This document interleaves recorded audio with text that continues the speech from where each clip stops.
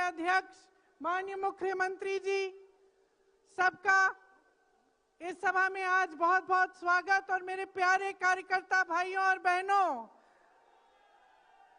दिल्ली की हवा में आप सबका स्वागत। खास तौर से मेरे यूपी के जो भाई बहन हैं, आपने बहुत मेहनत की है, आपको बहुत बहुत स्वागत। कोहरे में आप आज सुबह सुबह ठंड में निकले, मैंने आपके वीडियो देखे, आपकी फोटो देखी, इसके लिए बहुत बहुत धन्यवाद। जरा एक बार जोर से, इतनी जोर से नारा लगाइए कि यहां से गूंजता हुआ प्रधानमंत्री निवास तक जाए, वोट चोर, वोट चोर, वोट चोर। ये वोट क्या है, इसकी कीमत क्या है हमारे जीवन में, इसको समझना बहुत जरूरी है।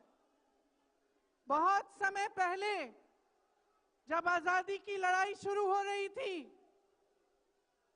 और नेहरू जी जगह जगह जाते थे लोगों से मिलने के लिए, तो एक नारा गूंजता था। जब वो पहुंचते थे तो देश की जनता भारत माता की जय जयकार करती थी। उस समय नेहरू जी ने इस बात का उल्लेख किया कि भारत माता क्या है।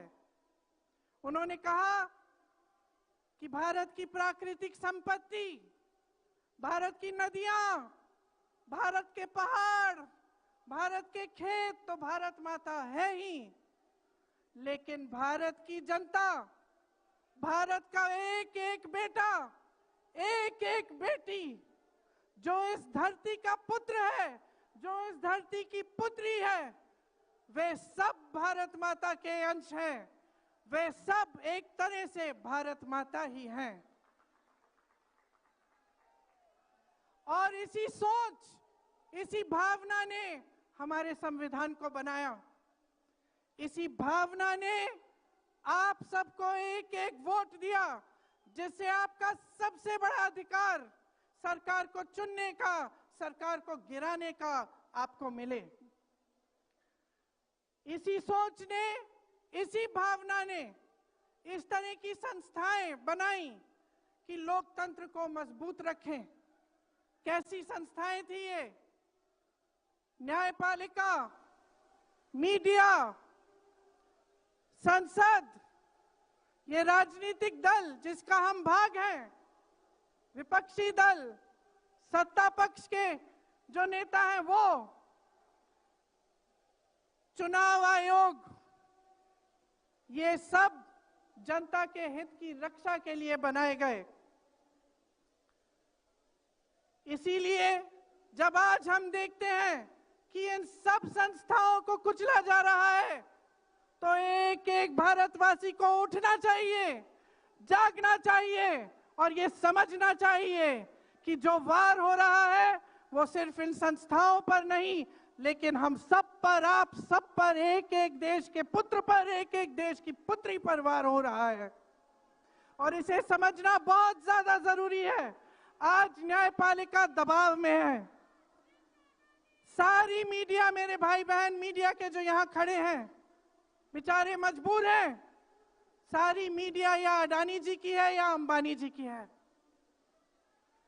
आज परिस्थितियां ये है कि पिछले आम चुनाव में मुख्यमंत्रियों को जेल में डाला गया, कांग्रेस पार्टी का बैंक अकाउंट बंद कर दिया गया, भ्रष्टाचार के नाम पे तरह तरह के इल्जाम लगाए गए जिसका कोई प्रमाण नहीं है।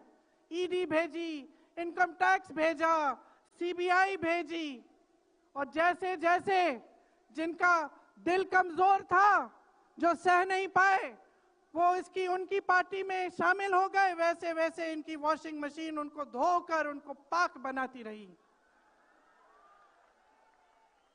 आज संसद को देखिए, संसद को देखिए, मुश्किल से एक सत्र में एक दो बहस होती है। और जब हमने कहा, राहुल जी ने मुद्दा उठाया, खड़गे जी ने मुद्दा उठाया कि हमें बहस करनी है चुनाव पे, एसआईआर पे, जिस तरह से वोट चोरी हो रही है उस पे, तो घबरा गए, मानी नहीं बात। अंत में जाकर कैसे माने कि हम वंदे मातरम पर भी चर्चा करेंगे। तो हम संसद में ये बहस करते रहे कि राष्ट्रगीत किसका है, राष्ट्रगीत कैसे बना, राष्ट्रगीत क्यों बना, और जो बड़ी बड़ी समस्याएं हैं जिससे आप जूझ रहे हो, बेरोजगारी, महंगाई, पेपर लीक, उसके बारे में चर्चा करने की हिम्मत नहीं है। हिम्मत क्यों नहीं है? क्योंकि अगर इनको एक असली चुनाव लड़ना पड़े, मैं चुनौती देती हूं, एक सही चुनाव लड़ लें, बैलेट पे लड़ लें, तो ये खुद जानते हैं कि कभी नहीं जीत पाएंगे। आज आपको मायूस होने की जरूरत नहीं है कि बिहार का चुनाव हार गए, क्योंकि पूरा देश देख रहा है कि ये चोरी से जीतते हैं। राहुल जी ने प्रेस कॉन्फ्रेंस की, पहले हरियाणा की बात बताई, महाराष्ट्र की बात बताई, कर्नाटक की बात बताई, बिहार में एसआईआर करके 65 लाख वोट काट दिए गए। और अगर ये सारे प्रमाण आप अलग कर दें तो एक साफ और साधारण बात सामने आती है। आचार संहिता के समय 10-10 हजार रुपए आप पहुंचा रहे हो, कोई आपको रोक नहीं रहा है। चुनाव आयोग आंख बंद कर रहा है, आंख मूंद रहा है। तो अगर ये चुनाव चोरी नहीं है तो क्या है? इनके पास जवाब ही नहीं है। ये जानते हैं कि आज के दिन जनता इनसे नाराज है। देखिए, हिले हुए लगते हैं।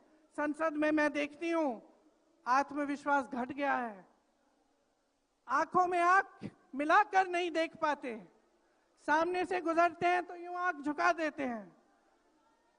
आत्मविश्वास कम हो गया है, घट गया है, अपने आप में विश्वास घट गया है, क्योंकि जनता का विश्वास भाजपा से, इनकी सरकार से, प्रधानमंत्री मोदी जी से, अमित शाह जी से सबसे हट चुका है।